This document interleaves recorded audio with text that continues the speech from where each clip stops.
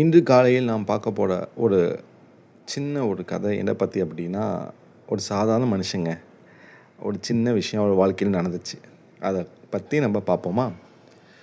ரஹ்மான் என்ற ஒரு நபர் இருந்தாருங்க. அவருக்கு வயசு 45.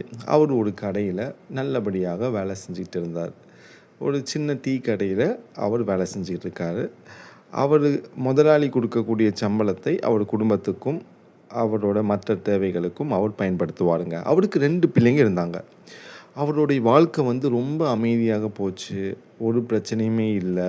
வழங்கக்கூடிய சம்பளத்தை அழகாக வீட்டுக்கு கொண்டு வந்து வீட்டு குழந்தைகளையும் பார்த்து கொண்டு இருந்தாருங்க. ஒரு நாள் என்ன ஆச்சு அப்படின்னா, அவருக்கு வேலை இல்லாமல் போயிடுச்சு. ஏன் வேலை இல்லை அப்படின்னா, அந்த கடையை மூடிட்டாங்க. ஏதோ காரணத்தினால அந்த கடையை மூடப்பட்டது. அவருக்கு வேலை இல்லாமல் போச்சு. இவருக்கு உடனே ஒரே மன அழுத்தம். என்னடா இப்படி ஆயிடுச்சே, இவ்வளோ நாள் நல்ல காசு வந்துக்கிட்டு இருந்துச்சு, நல்லபடியாக குடும்பத்தை நடத்திட்டு இருந்தோம். ஆனால் இன்றைக்கி இப்படி கடை மூடிட்டாங்களே, வேலை இல்லாமல் போயிடுச்சு. இப்போ நான் எங்கே போய் நான் வேலையை தேட முடியும், என்ன செய்யறதுன்னு தெரியாமல் ஒரே வீட்டில் உட்காந்துக்கிட்டு 2-3 நாளாக வேலைக்கு எங்கேயும் போகாமல் கஷ்டத்தை மட்டுமே அவர் மனசில் சுமந்துட்டு இருந்தாருங்க. அப்போ அவருடைய உறுப்பொண்ணு என்ன பண்ணாங்க அப்படின்னா கேட்குறாங்க, அப்பா எங்களுக்கு ஏதாச்சும் ஒரு பிரச்சனை அப்படின்னா, எங்களுக்கு ஏதாச்சும் ஒரு கஷ்டம் அப்படின்னா நீங்கள் தான்ப்பா எங்களுக்கு தைரியம் சொல்லுவீங்க. ஆனால் இப்போ நீங்களே கவலைப்பட்டுட்டு இப்படி உட்காந்துருக்கீங்களே, ஏன்ப்பா இப்படி இருக்கீங்க அப்படின்னு அவங்க பொண்ணு கேட்டாங்களாம். அப்போ அவர் யோசித்தார். ஆமாம், அதாவது ஒரு விஷயம் தோற்றுட்டோம், ஒரு விஷயத்தில் வெளியே என்னையை விட்டு துரத்திட்டாங்க வேலையிலேருந்து, இல்லை எனக்கு வேறு எதுவுமே முடியாமல் போயிடுச்சு அப்படின்னா, ஏன் நம்ம உடனே சோர்ந்து உட்காரணும்? அது நம்மளுடைய தப்பு இல்லை. அது அப்படி நடக்கணும் இருந்தபோது அது நடந்துச்சு. நம்மளுடைய முயற்சி என்ன அப்படி பண்ணணும் அப்படின்னா, அடுத்தது நம்ம என்ன பார்க்கணும், எப்படி நம்ம குடும்பத்தை கொண்டு போகணும் அப்படின்னு அவர் யோசிக்க ஆரம்பித்தார். அந்த வார்த்தை அவருக்கு நம்பிக்கை கொடுத்துச்சு.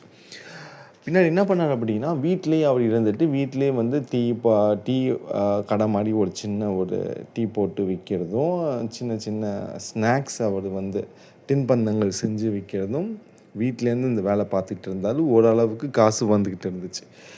ஒரு 3 மாதத்துலேயே அவர் ஒரு கடையை அவர் சொந்தமாகவே வச்சு, சொந்தமாகவே டீ கடையை வச்சு அதில் நல்ல வருமானம் பார்க்க ஆரம்பிச்சிட்டாரு.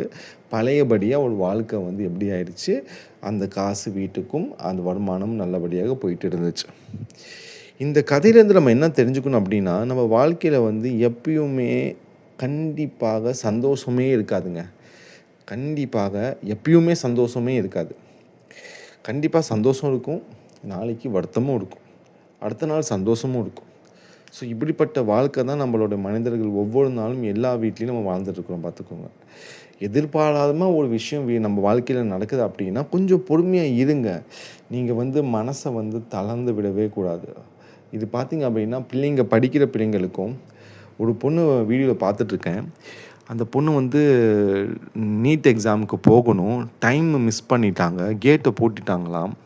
அந்த பொண்ணு கதவுலேருந்து கதறுன்னு கதறாங்க, அழுவுறாங்க, தொடங்கன்னு அழுவுறாங்க. இப்போ அந்த பொண்ணு எப்படி இருக்கும், அந்த பொண்ணு மனநிலைமை எப்படி இருக்கும் பார்த்திங்க அப்படின்னா, என் வாழ்க்கையே போயிடுச்சே, இந்த எக்ஸாம் எழுதணும்னு நான் நினச்சிட்டு இருந்தேனே, ஆனால் நடக்காமல் போயிடுச்சே.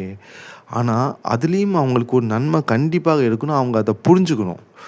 முயற்சி அடுத்த வாட்டி ட்ரை பண்ணணும். இல்லை வேறு ஏதாச்சும் ஒரு வழி இருக்கும், நம்ம வேறு ஏதாச்சும் ஒன்றில் கான்சன்ட்ரேஷன் பண்ணலாம், வேறு ஏதாச்சும் ஒரு எக்ஸாமினேஷன் எழுதலாம் இந்த டைமில், இல்லை வேறு ஏதாச்சும் ஒரு விஷயத்தை பண்ணலாம் அப்படின்னு ஏதாச்சும் ஒரு வழி இருக்கும். கண்டிப்பாக எடுத்த உடனே தோல்வியை கண்ட உடனே நம்ம தளர்ந்து போயிட்டோம் அப்படின்னா வெற்றியை நம்ம கண்டிப்பாக ஒரு நாளும் பார்க்கவே முடியாதுங்க. வெற்றி எல்லாத்துக்குமே கையில் தூக்கி கொடுத்துட மாட்டாங்க. தோல்வியை கண்டு அதை நீங்கள் என்னன்னா ஒரு பக்குவம் அடைந்த பின்பு தான் உங்களுக்கு ஒரு வெற்றி கிடைக்கும். எல்லா வெற்றியாளரும் பின்னாடியும் ஒருத்தருக்கு ஒரு வெற்றி கிடச்சிச்சு அப்படின்னா கண்டிப்பாக அவர் பின்னாடி 1000 தோல்வி இருக்கும். யாரும் அந்த தோல்வியை பற்றி பேசவே மாட்டாங்க, அவங்க வெற்றியை பற்றி மட்டும்தான் பேசுவாங்க. அதனால மற்றவங்களுக்கு அவங்களோட பட்ட அந்த தோல்வியை பற்றி தெரியாது. பார்த்துக்கோங்க, தோற்று போடுறதுனால நம்ம வெற்றி அடையவே மாட்டோம் அப்படின்னு கிடையாது. கண்டிப்பாக ஒரு நாள் வெற்றி அடைவோம். இதே நம்பிக்கையுடன் இன்றைக்கி உங்கள் நாளை தொடங்குங்க. கண்டிப்பாக நீங்கள் எல்லா விஷயத்துலையும் வெற்றி அடைவீர்கள்.